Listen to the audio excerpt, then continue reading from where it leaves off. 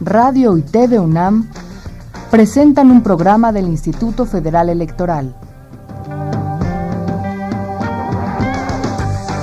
Voces de la Democracia.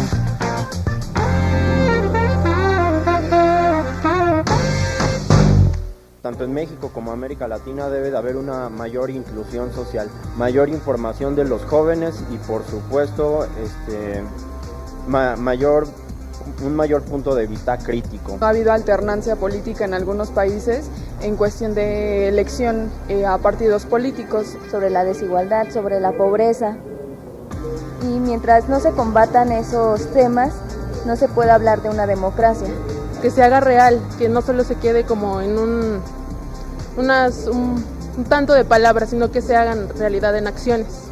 Considero que deben de ser como más participativas y más activas. El reto justamente de las democracias de América Latina es justamente aspirar a que los pueblos justamente tengan esa satisfacción de los propios gobiernos.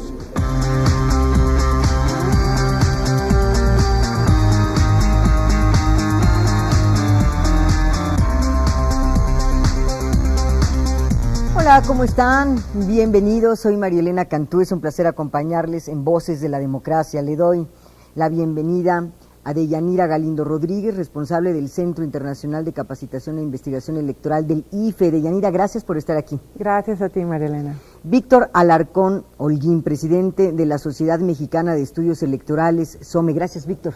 Buenos días y gracias por la invitación. ¿Cuál es nuestro tema de hoy? Nos estamos encontrando con un sino de la democracia, con un claroscuro.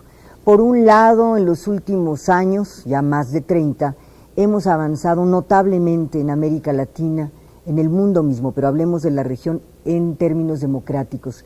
Hoy, en cada rincón de América Latina, elegimos a nuestros gobernantes vía el voto. Le dijimos adiós a las dictaduras. Eso por un lado. Sin embargo, nuestra región sigue siendo la que tiene mayores desigualdades, altos índices de pobreza, violencia. Escuchábamos a nuestros ciudadanos. Tenemos ciudadanos que no ejercen plenamente sus derechos. ¿Qué nos pasó? Es decir, avanzamos por un lado, pero tenemos asuntos que no han encontrado solución y asuntos muy graves, por cierto, Deyanira. Sí, es verdad. En 30 años de transición democrática se ha sentido que ha habido una decepción respecto de los resultados. Muchas personas atribuían al solo hecho de transitar a la democracia el que ya se iban a resolver los problemas, que ya la gente iba a tener mejores niveles de vida, etcétera. Y al cabo de estos 30 años de transición, pues resulta que viene una decepción. Sin embargo, esto no es atribuible meramente a la democracia. Eso es un fenómeno que debe de dar proceso de legitimidad y de construcción de la democracia, en donde todos deben de estar participando, ciudadanos y gobierno a la par, ¿no? Continuamente. Tu diagnóstico, Víctor. Bueno, mira, yo diría que sin duda hemos recorrido una parte muy importante del camino, pero es muy claro que la democracia por sí misma no es el punto de llegada, es un punto de partida. Y como tú bien lo señalabas y lo que decía también Deyanira, es que tenemos que irle agregando más círculos. Es decir, círculos concéntricos que van sumando precisamente bienestar social, calidad de vida, condiciones incluso y responsabilidades que ahora también tienen que construirse desde el lado del ciudadano. Nosotros hasta ahora hemos hablado mucho de la responsabilidad o la rendición de cuentas del Estado hacia los ciudadanos, pero ¿qué pasa con la responsabilidad entre los ciudadanos? Es decir, lo que no hemos construido y no hemos sabido construir todavía es una corresponsabilidad entre ciudadanos, es decir, en la idea de que lo que me interesa de mi vecino es no solamente que se porte bien, sino que también coopere y desarrolle y participe en los programas comunitarios, en la construcción vecinal, en una serie de cuestiones y lo que yo también tengo que aportar y lo que yo tengo que hacer cotidianamente. Es decir, nosotros siempre estamos viendo la relación Estado-ciudadanos, pero ¿qué pasa la relación entre ciudadanos? Ahí es donde me parece a mí que está el siguiente paso, que desde luego, si no contamos con este primer piso de relación buena entre Estado y ciudadanos, es muy difícil construir lo demás. Entonces, eso es ese problema. Si pensamos en nuestro tejido, tendríamos que ubicar como nuestros huecos. A ver, ¿qué efectos para encontrar, digamos, nuestro nudo y poder intentar, digamos, resolverlo? ¿Qué efectos ha tenido para la sociedad y frente a la democracia el tema de la pobreza, de la violencia, de la desigualdad, el no ejercicio pleno de derechos? Es decir, ¿qué efectos tiene el desaliento, el descrédito hacia los partidos políticos, hacia la clase política? ¿De qué manera vulnera a la democracia misma? Bueno, tenemos que considerar que la democracia parte con los principios de la igualdad y la libertad. Quisiera retomar algunas palabras que surgieron en el Foro de la Democracia. Por ejemplo, el expresidente de Bolivia, Carlos Mesa, señalaba que es muy difícil mantener una democracia si no se puede comer. O sea, definitivamente la libertad muchas veces puede estar condicionada porque la gente, su primera necesidad es alimentarse y sobrevivir. No puede considerarse una democracia que funcione correctamente si existen esos niveles de desigualdad y de pobreza. Evidentemente la democracia, también algo que es muy importante es que la definición de democracia es un sistema político que va a definir dos asuntos. Por un lado es cómo vamos a tomar decisiones de manera en donde todos estemos involucrados, pero también significa que los poderes están divididos y controlados para que nadie controle o absorba todo el poder. De esta forma es muy importante señalar que en la democracia los ciudadanos deben, como bien menciona el doctor Holguín, deben de estar construyendo este proceso de toma de decisiones respecto de cuál es el programa de gobierno que consideran que va a responder a sus necesidades. Evidentemente ha habido una deformación. La pobreza lo que genera, si a mí lo que me interesa es comer, muchas veces voy a recurrir a apoyar políticas clientelares o voy a recurrir a apoyar medidas corruptas siempre y cuando voy a sacar un beneficio individual o unilateral. Y eso debe de combatirse porque estamos en una sociedad en donde, como bien mencionaba el doctor Holguín, en esta construcción en círculos concéntricos, los ciudadanos deben de estar luchando por combatir eso y exigirle a sus representantes ese mandato que se le otorgó de realizar políticas públicas de beneficio, pero a todos. No porque yo salga beneficiado significa que me agrada esta persona y por eso le voy a dar mi voto. Significa que debemos de ver que se tienen que obtener beneficios para la comunidad, para la sociedad en general, en colectivo, porque lo individual pues resulta que es de corto plazo. Vamos a nuestro primer reportaje, vamos a regresar con el doctor Holguín, con Víctor Alarcón Holguín, sobre el tema de cómo estamos enfrentando en la región estos desafíos, estas salidas falsas. Retos de la democracia en América Latina. Vamos al primer reportaje y regresamos al estudio. vocesdelademocracia@ife.org.mx.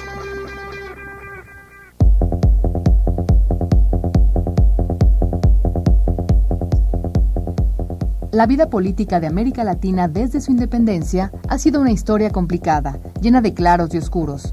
La democratización de la zona no se dio de manera homogénea, pues según fuera el caso, hubo que derrocar gobiernos totalitarios, que someter ejércitos, legalizar guerrillas y movimientos insurgentes, rescatar y fundar partidos políticos, elaborar leyes o crear instituciones. En algunos países, el tránsito a la democracia se dio naturalmente, en otros, el cambio fue duro y cruento. Y aunque reportes como el de la Unidad de Inteligencia de The Economist considera a las democracias latinoamericanas como imperfectas o regímenes híbridos, se puede decir que desde la década de los 80 en la región imperan los gobiernos democráticos, al menos de manera procedimental. A pesar de este hecho alentador, a más de 20 años de democratización, pareciera que la democracia en América Latina aún no ha terminado de germinar. Y contrario a las expectativas de la mayoría, esta forma de gobierno no ha logrado reducir los altos índices de pobreza, desigualdad y desempleo que enfrenta el subcontinente. Como apunta Leonardo Valdés, la distribución del poder político en las urnas no implica, lamentablemente, el impulso de una redistribución de la riqueza. Y hoy, la desigualdad es la mayor amenaza para las democracias. En efecto, América Latina es la región más desigual del globo según fuentes de la CEPAL y la OEA. Y parece que no solo a nivel económico, sino también político, social y jurídico. La construcción y consolidación democrática es un largo proceso que requiere no solo de la convicción, honestidad y compromiso de parte de políticos, gobernantes y administradores, sino sobre todo de la organización, participación y control ciudadano, sin dar un paso atrás. Pues la mejor manera de atender los problemas y retos de la democracia será sin duda con más democracia.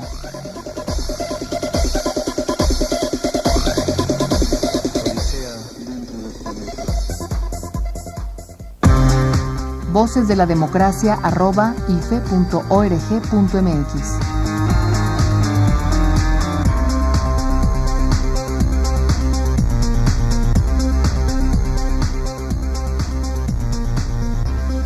Estamos platicando con Deyanira Galindo Rodríguez, responsable del Centro Internacional de Capacitación e Investigación Electoral del IFE, y con el doctor Víctor Alarcón Holguín, presidente de la Sociedad Mexicana de Estudios Electorales.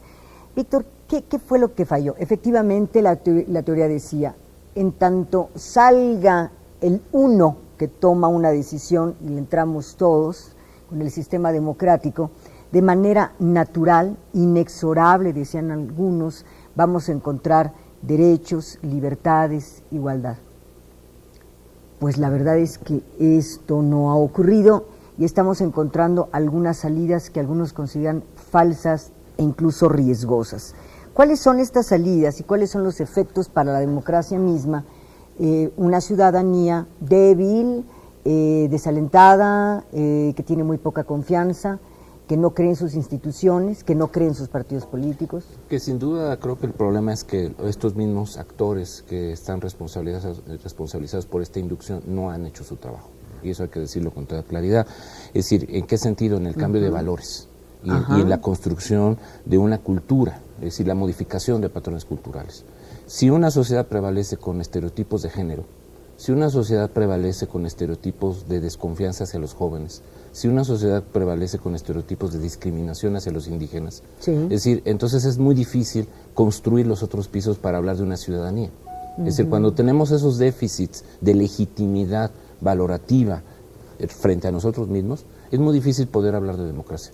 Y eso creo que contravienen muchas de las teorías que hasta ahora hemos venido manejando, de que el ciudadano en su construcción cívica se construye a partir de las elecciones, se construye a través del voto. ¿Qué falló ahí, ¿no? Víctor? Me parece que hay un vínculo que está roto, es decir, y ese es precisamente el elemento que no facilita que la comprensión de las elecciones del voto sean por sí mismo factor suficiente para la construcción de esa confianza democrática. Es decir, sí aprendimos el valor del voto, acudimos a las urnas, sí es importante que yo elija, pero algo faltó. Pero si yo condiciono la compra del voto, la coacción del voto, el estereotipo, la fragmentación, e incluso yo diría que mientras yo tenga compartimentos estancos donde yo separo a los jóvenes de las mujeres, de los viejos, de los grupos, no permito la interacción y la riqueza de la interculturalidad.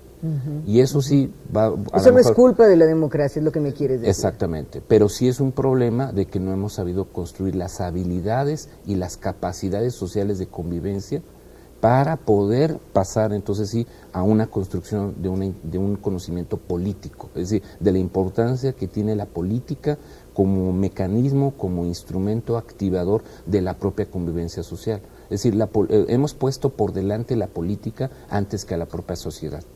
Y eso sí me parece que ese es un elemento conceptual sobre el cual deberíamos empezar a reflexionar cada vez más seriamente. Yo por eso en mi respuesta anterior decía, todo se lo dejamos al Estado, todo se lo dejamos al gobierno, pero ¿dónde está la convivencia y la interacción entre las personas? Para de ahí entonces crear conciencia colectiva, sentido de solidaridad, sentido de integración, sentido de convivencia, y a partir de ahí entonces en la medida en que yo sí asumo libertad, igualdad, la libertad y la igualdad no se construye con un indicador económico, con una buena dádiva, con un programa de construcción social, como política pública. No, primero se pasa por el reconocimiento de la tolerancia de que tú eres mujer, yo soy hombre, tú eres joven, yo soy indígena, tú eres negro, yo soy blanco.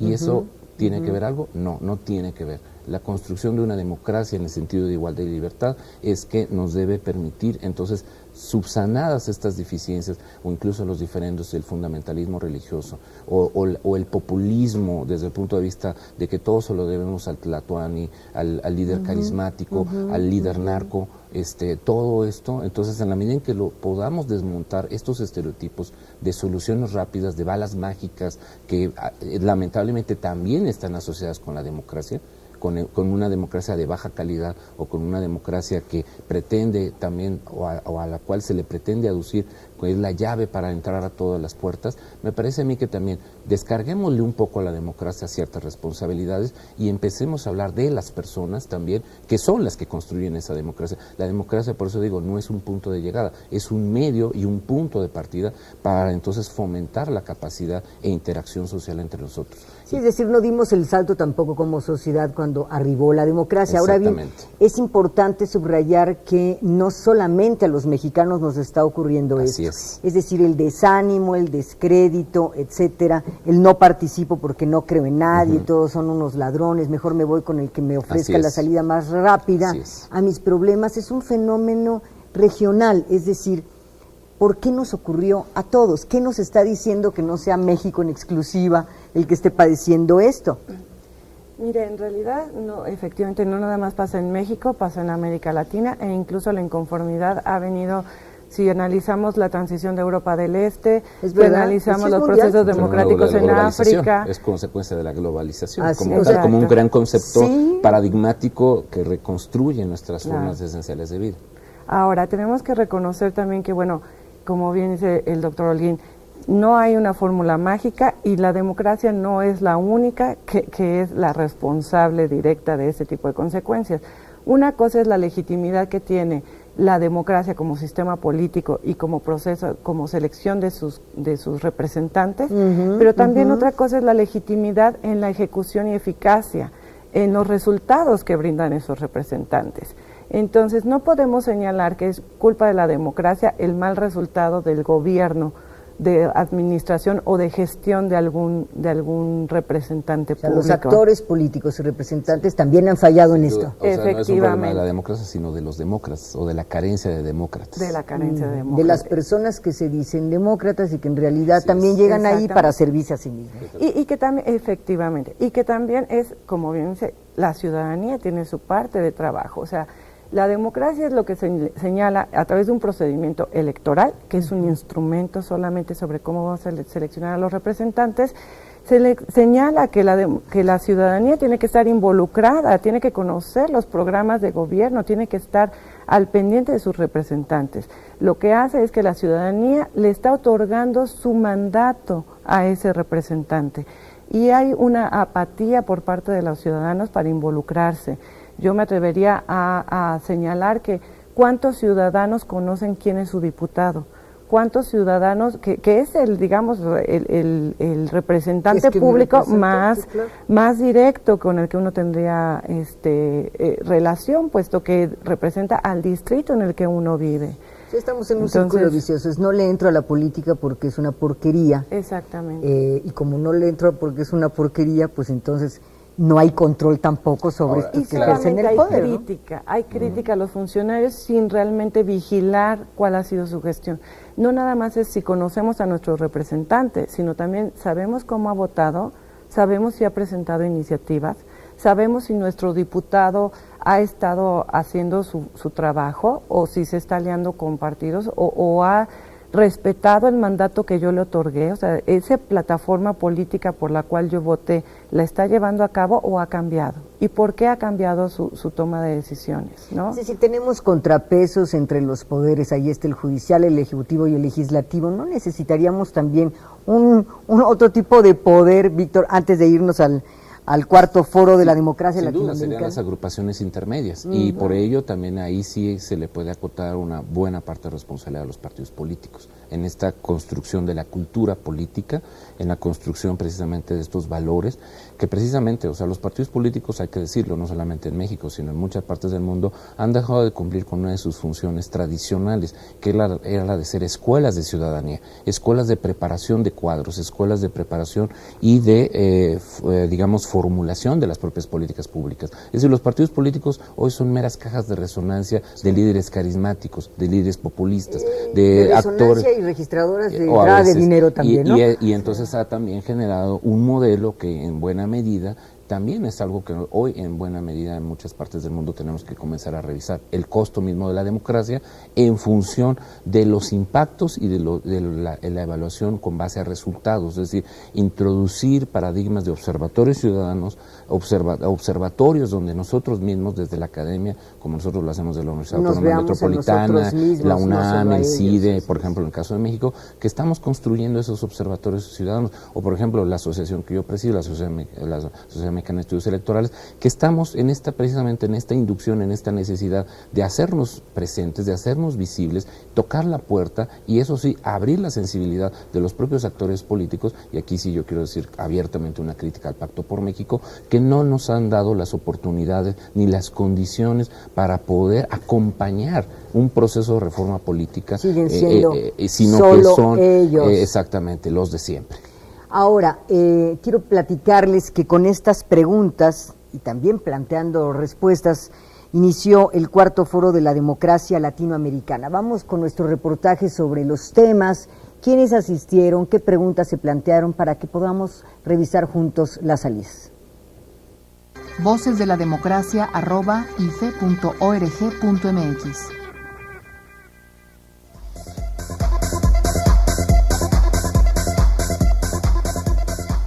Con el tema Gobernando para el Futuro, la democracia latinoamericana en el 2020, el Colegio de México, el Instituto Federal Electoral, la Organización de los Estados Americanos, el Fondo de Cultura Económica y el Instituto Internacional para la Democracia y la Asistencia Electoral organizaron el cuarto Foro de la Democracia Latinoamericana. A 4 años de la creación de este espacio especialmente creado con el propósito de reflexionar sobre los temas que conforman la agenda democrática en la región latinoamericana, líderes, expertos, académicos, funcionarios públicos, empresarios, representantes de partidos políticos, organizaciones ciudadanas y medios de comunicación de América Latina se dieron cita para analizar y compartir opiniones sobre los principales problemas y retos que enfrentan las democracias de nuestro continente. A lo largo de 3 días de trabajo, bajo distintas perspectivas, los panelistas discutieron sobre las causas e impactos de la desigualdad y la pobreza en la construcción democrática de América Latina. Capitalismo y democracia, democracias de pobres, Estado y seguridad en los procesos de consolidación democrática, el papel de la política frente a las crisis en el poder, o América Latina y el nuevo orden social, fueron algunos de los temas que se analizaron para explicar el futuro democrático de la región. Actualizar las instituciones sin considerar las grandes tendencias del contexto internacional, como dijo Leonardo Valdés en la inauguración del foro, nos deja a expensas de quienes sí decidan intervenir para reorientar o influir en el futuro. Esa es la finalidad de estos foros, discutir desde la perspectiva internacional los principales temas que puedan servir para el desarrollo de los sistemas democráticos de América Latina.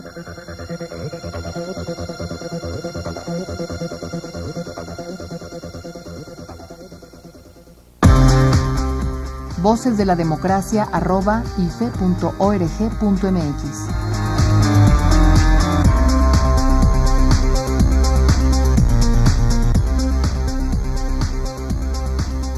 Vamos a revisar entonces el cuarto foro de la democracia latinoamericana. Deyanira, el foro, su importancia, su relevancia en este escenario del que hemos estado hablando.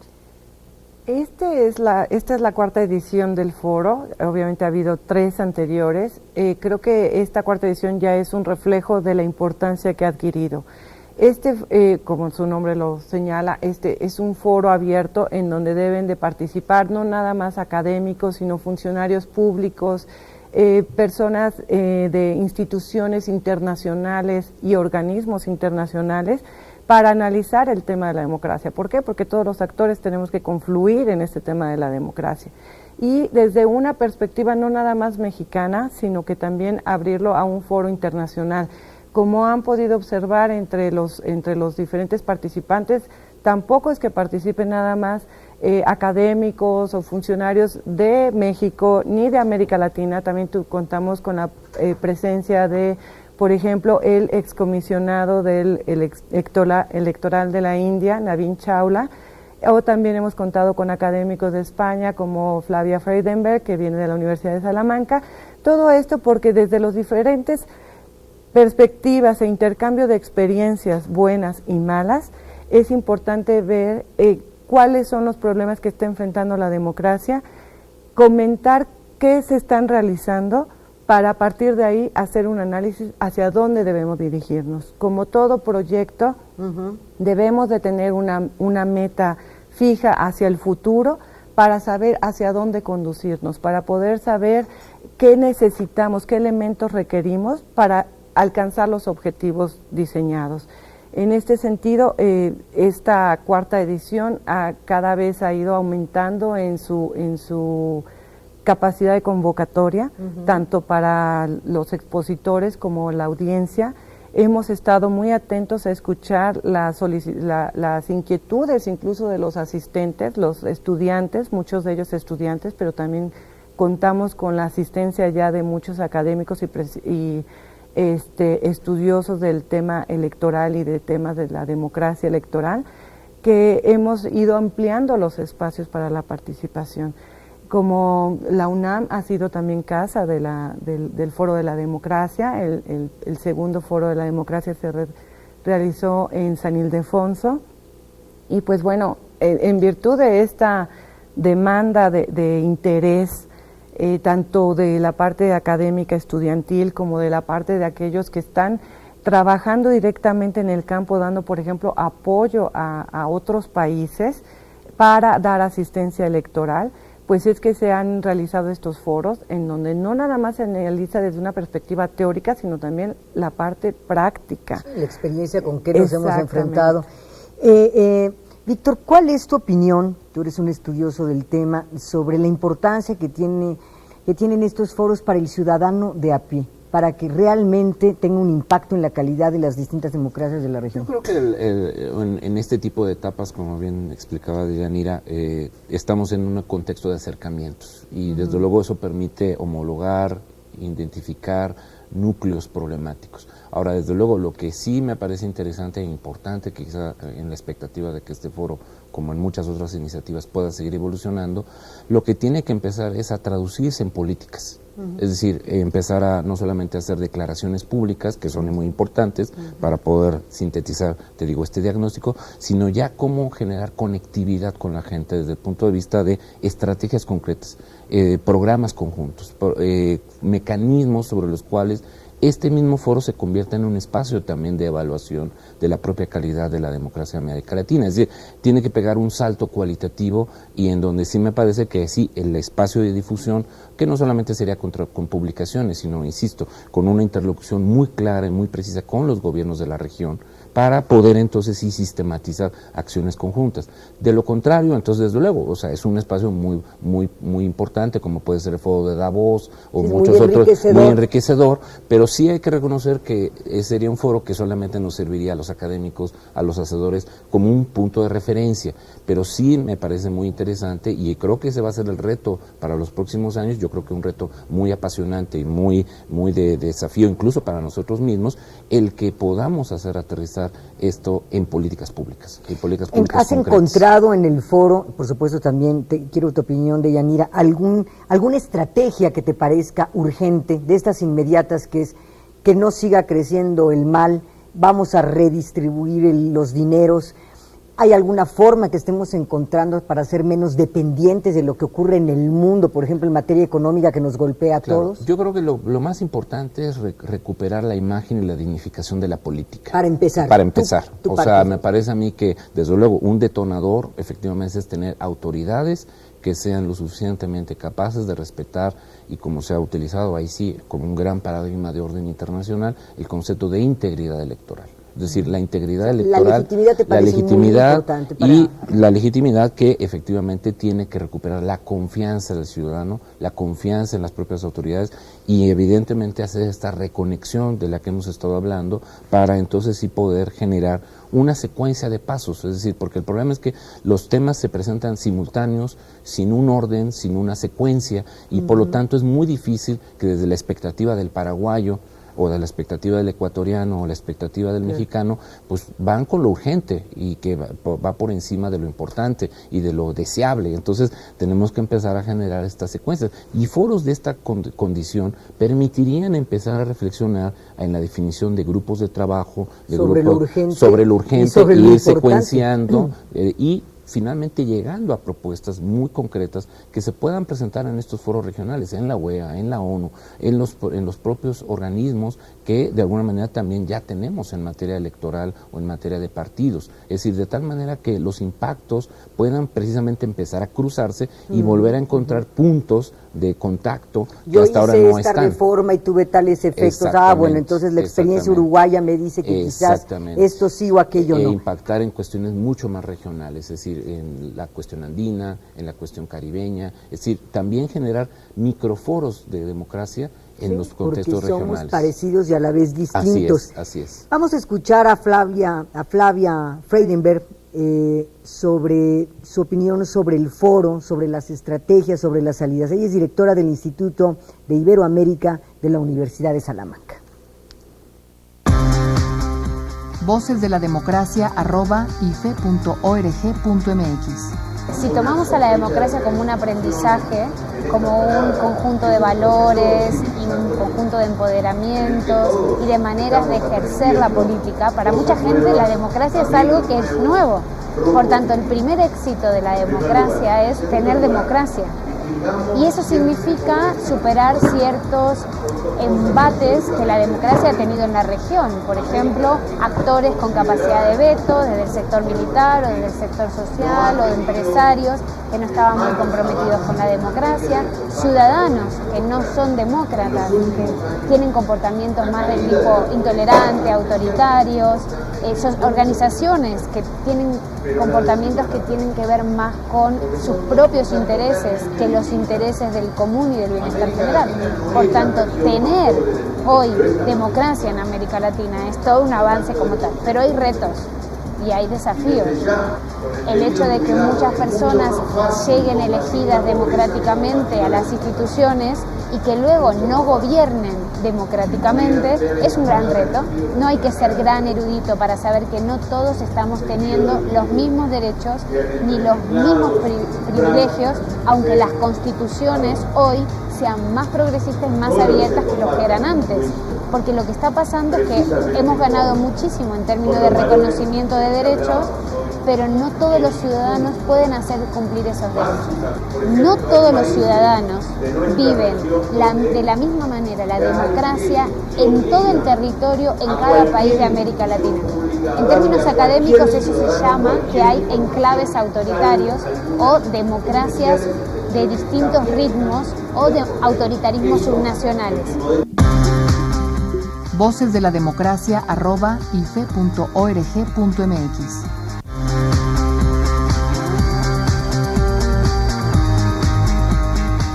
Deyanira, Víctor, sus comentarios sobre lo que acabamos de escuchar.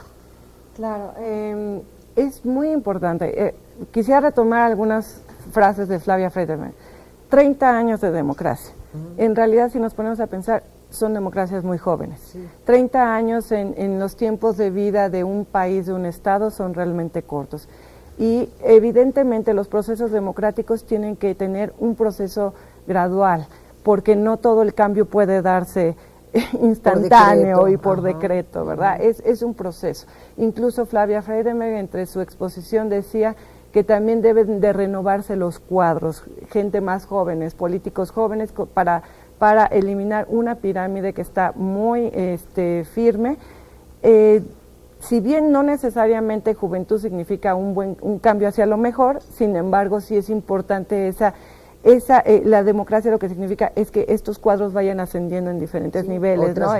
Y otras visiones, la inclusión y tener nuevas ideas de inclusión. Víctor, ¿qué te parece? Yo creo que sin duda, ¿no? Concuerdo con Flavia, en ese sentido, es decir, que nosotros tenemos que ir viendo que la democracia se ejerce en diversos niveles, de diversas maneras, incluso nosotros, al pensarnos como ciudadano, nosotros no tomamos lo que nos conviene de la democracia, es decir, también no hay una relación idílica con la democracia, sí, sino que nosotros somos individuos interesados en recibir de la democracia lo que nos promete: calidad de vida, bienestar, seguridad, felicidad. Es decir, que cosas que normalmente a veces no reflexionamos, pero que creo que sí es muy importante considerar que incluso el ciudadano exigente, aquel que ha definido precisamente de manera muy virtuosa el politólogo italiano Gianfranco Pasquino, el ciudadano exigente es aquel que precisamente también debe hacer valer su pretensión, su intencionalidad de vivir y estar en democracia, o, por el contrario, desgraciadamente también va a buscar aquella salida o aquel espacio donde él obtenga lo que él pretende. Entonces, ese sí es un reto muy importante de la capacidad seductiva de la democracia que debe tener para todos nosotros. La responsabilidad que tenemos como actores. Vamos a escuchar ahora a Roberto Gallardo. Él es ministro costarricense de Planificación Nacional y Política Económica. Voces de la democracia @ife.org.mx. Desarrollo democrático debería incluir desarrollo económico. Pero hemos dejado de alguna manera que lo que tenga que ver con política económica no sea objeto de discusión en el ámbito político. La economía es, nos dicen, es una actividad aséptica que no se contamina del tema político y social. Y me parece que de alguna manera esa separación es algo que impacta precisamente en el desarrollo económico. Tenemos que empezar a elaborar políticas económicas desde una perspectiva de crecimiento inclusivo, no desde una perspectiva de balances, no desde una perspectiva de crecimiento por el crecimiento mismo. Y eso solo es posible el día en que empecemos nosotros a pensar el crecimiento desde una perspectiva política. El reto grande de la democracia en Latinoamérica es acometer el proceso de modernización del Estado, entendiéndolo como un proceso de permanente de acompañamiento, no de algo que hacemos en 4 años, lo pensamos y ya llegamos a un estado ideal en donde ya no hay que hacer cambios. Es algo que tenemos que hacer siempre, muy en comunicación con la gente para saber qué es lo que la gente necesita, qué es lo que la gente demanda, de manera tal que podamos adaptar esas instituciones, que son instituciones que viven, que existen con el único propósito de darle servicios a la ciudadanía. Si no, no tienen ningún sentido. Y si lo están haciendo mal, estamos generando ahí el germen del descontento, de la desafección. Y nosotros, que somos profundamente demócratas, creemos que las instituciones tienen que adaptarse y darle respuesta a la gente para que la gente vuelva a creer en la promesa democrática que nos llevó a mejorar el ejercicio democrático en América Latina como nunca en la historia. Voces de la democracia @ife.org.mx.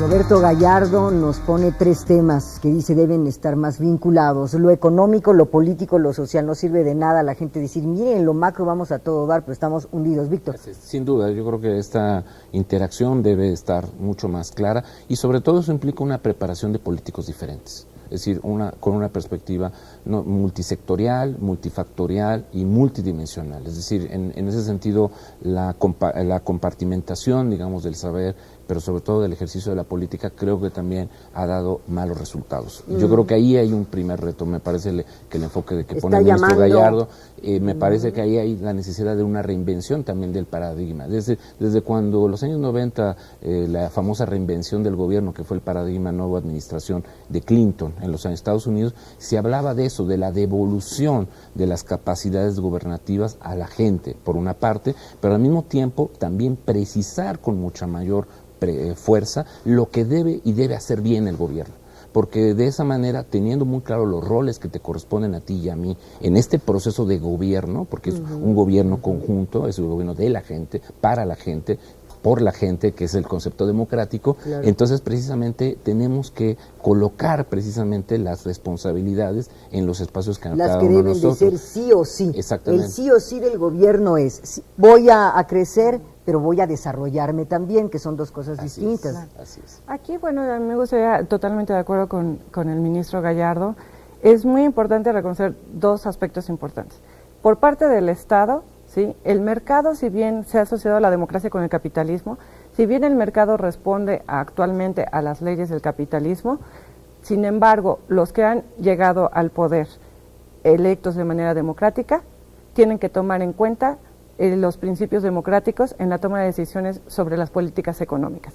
Es decir, si bien el mercado se rige por algunas leyes, el que toma las decisiones sobre las leyes de la economía del país es alguien que ha sido electo a través de procesos democráticos y que debe ser un demócrata convencido. Y con una responsabilidad social. Y con una responsabilidad social. Claro.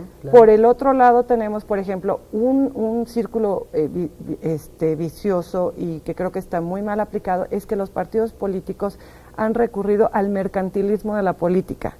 Es decir, utilizan el sistema de los votos como el mercado. Yo te doy tanto dinero, ahora sí que oferta y demanda. Yo te doy tanto dinero y tú me das tus votos. Y no se trata de eso. Se trata de que los políticos deben de plantear programas de desarrollo. Y esos programas, el que formen parte de un partido político, significa una microsociedad que debe de construirse también a partir de principios democráticos. Que por cierto tenemos ahí nuestros buenos déficits en ese tema, porque por cierto siempre son los mismos desde hace varias décadas. Sí. Vamos a escuchar ahora a Karina Pirelli, es consultora uruguaya, en el área electoral. Vamos a escuchar a Karina, regresamos a nuestra mesa porque nos acercamos hacia las conclusiones del programa. Voces de la Democracia @ife.org.mx. La democracia funciona si funciona la ciudadanía y si la ciudadanía participa, si no es cosa de los políticos, si no es cosa del Estado, si realmente la democracia es la cosa de todos, es el bien común. Tenemos que crear obviamente nuevas formas de participación política. La democracia es una forma de participación, es una estructura de participación, es una cultura de participación en el cual se reconoce al otro como igual, con los mismos derechos, en la diferencia. Los mecanismos democráticos fueron establecidos para la protección de las minorías, no para las mayorías. Y la protección de la mayoría respecto a los chantajes de las minorías también. La democracia no tiene balas de plata para matar a los grandes vampiros de la pobreza, la desigualdad, la discriminación. Lo que nos da son las armas para que entre todos busquemos las soluciones a esos problemas. Y hasta que no se produzca ese cambio de actitud del ciudadano de a pie, no va a ser posible tener una democracia más plena y una ciudadanía realmente actualizada. La democracia se actualiza cuando se actualiza la ciudadanía. Voces de la Democracia @ife.org.mx.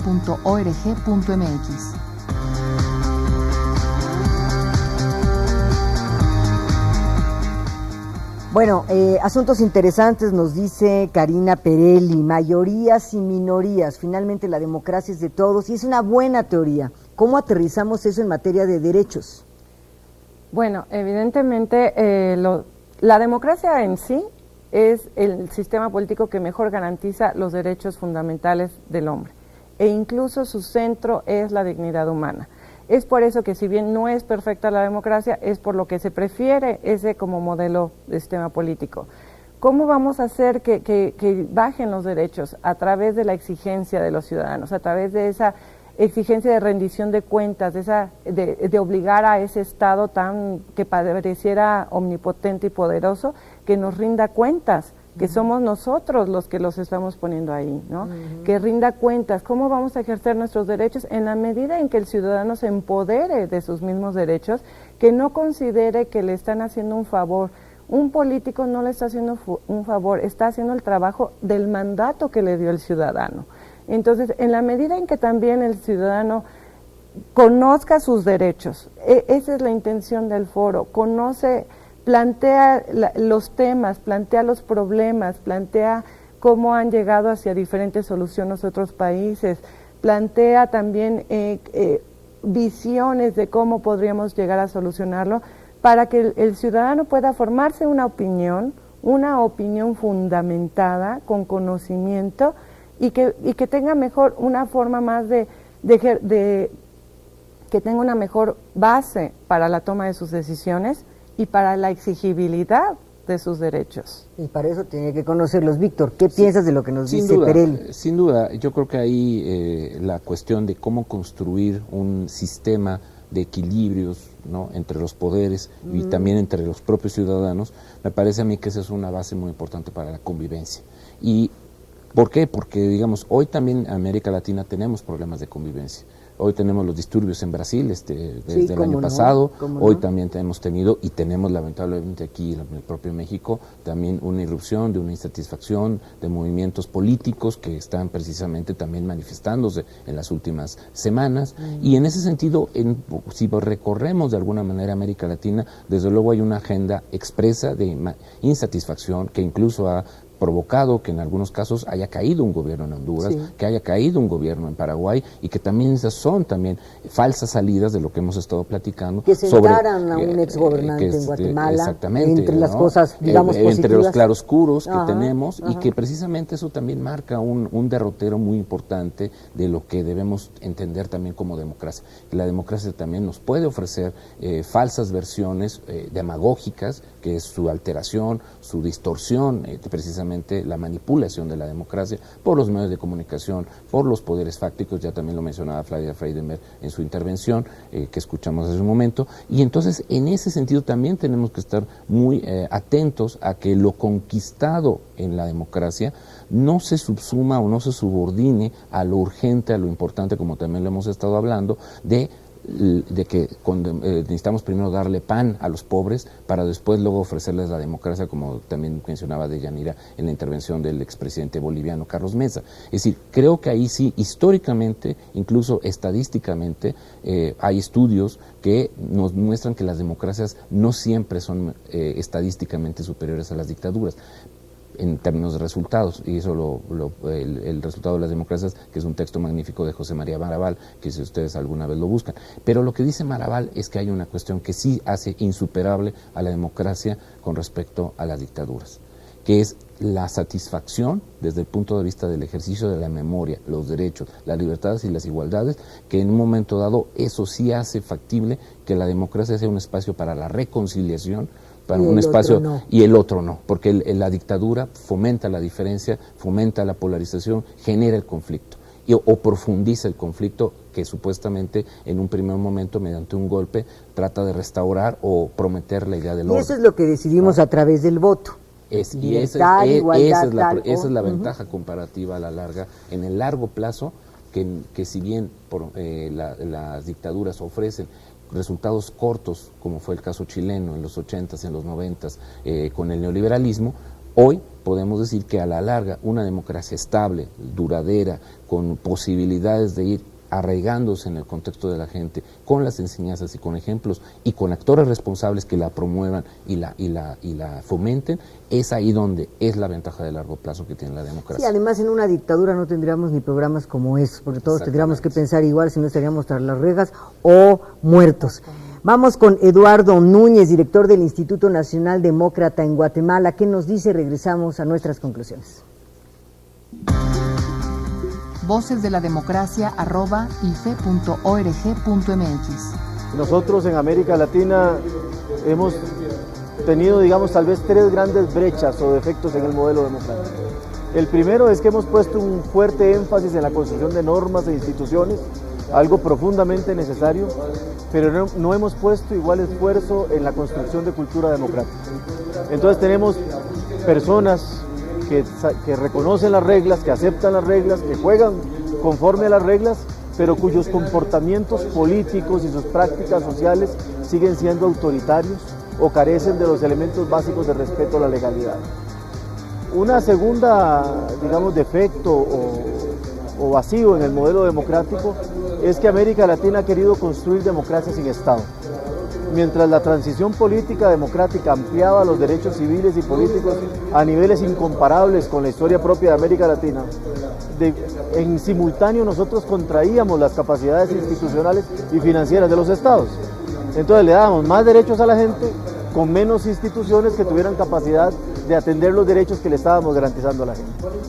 Y lo tercero, sin lugar a dudas, y que es hija de esta segunda característica, es que tenemos un problema de resultados. Hemos sido extraordinariamente buenos en proteger las libertades y derechos políticos de las personas, pero hemos sido particularmente modestos en nuestros resultados cuando vemos las capacidades que tienen las instituciones de cambiar la vida de las personas. Y tiene que ver con los temas de desigualdad, de acceso al empleo, de acceso a la educación, a la salud, y el más difundido, el más priorizado hoy en América Latina contemporánea, que es el derecho a la vida, el tema de la seguridad ciudadana. Esos tres elementos me parece que explican esa suerte de desencanto, desidia, a veces enojo, como estamos viendo en movilizaciones sociales en otros países. Voces de la Democracia @ife.org.mx.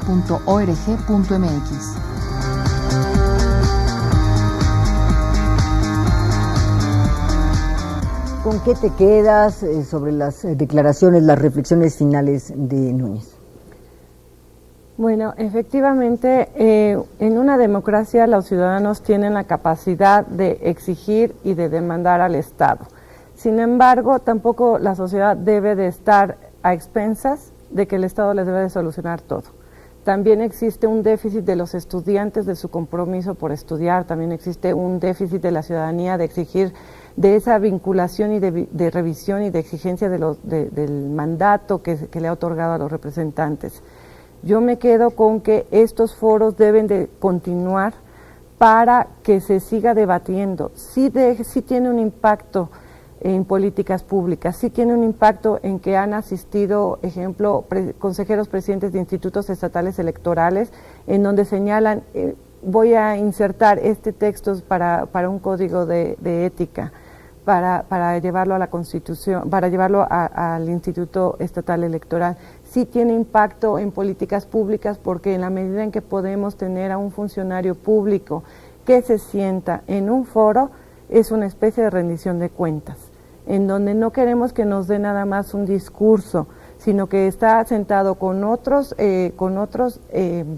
actores de diferentes ámbitos que están cuestionando, que están planteando o un problema o una deficiencia o un déficit.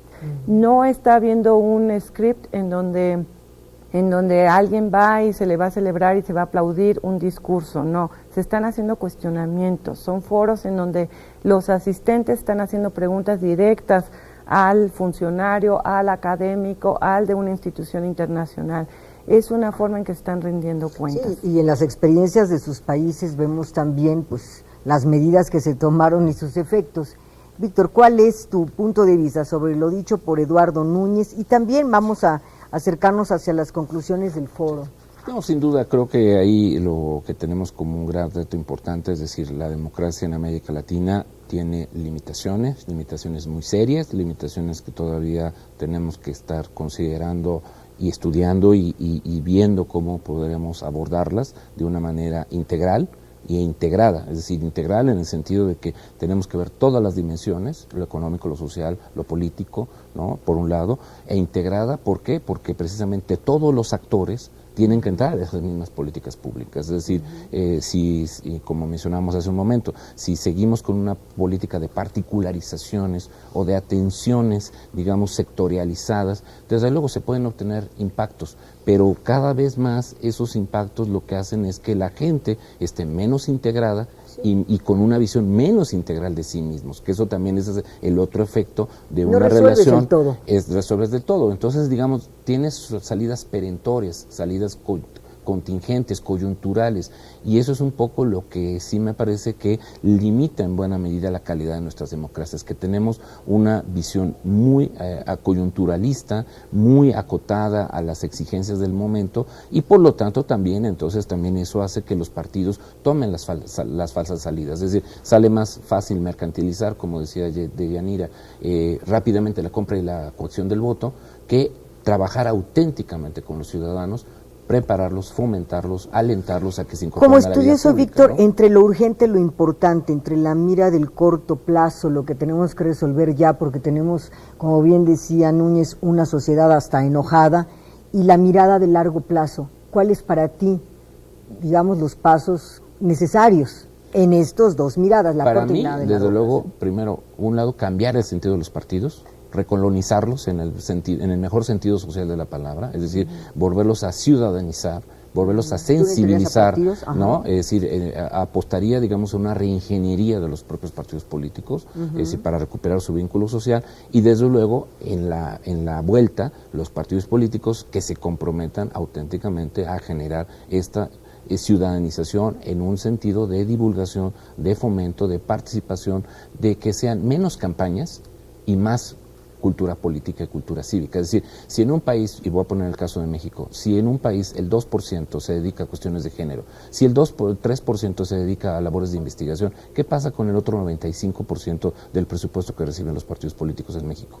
Creo que podríamos hacer una reingeniería bastante alentadora si los propios partidos políticos le pusieran menos atención al gasto en campañas, al gasto de administración. Que es de corto plazo. Que es de corto plazo y que satisface a sus círculos y a sus grupos y a sus cotos de poder, a una inversión que precisamente cree becas, cree preparación, con de una cuadros, mirada más a que largo genere plazo. la idea de que no solamente las actividades de género es entregar bolsas y escobas, como algún partido político ya lo hizo de manera ignominiosa en este país, como justificación de sus actividades de ese 2% en actividades de género. Es decir, y también, desde luego, una reingeniería de nosotros mismos, entre los hombres y las mujeres de este país, entre los jóvenes y los viejos de este país, entre los indígenas y los no indígenas de este país. Reingeniería social. Una reingeniería social, no me gusta mucho el concepto, pero creo que es un concepto muy importante, pero es un cambio de paradigma. Y este cambio de paradigma sí tiene que tener como un actor importante, desde luego, a nuestros políticos y desde luego a las instancias que han construido esta forma de visualizar y hacer la política, que han sido los partidos.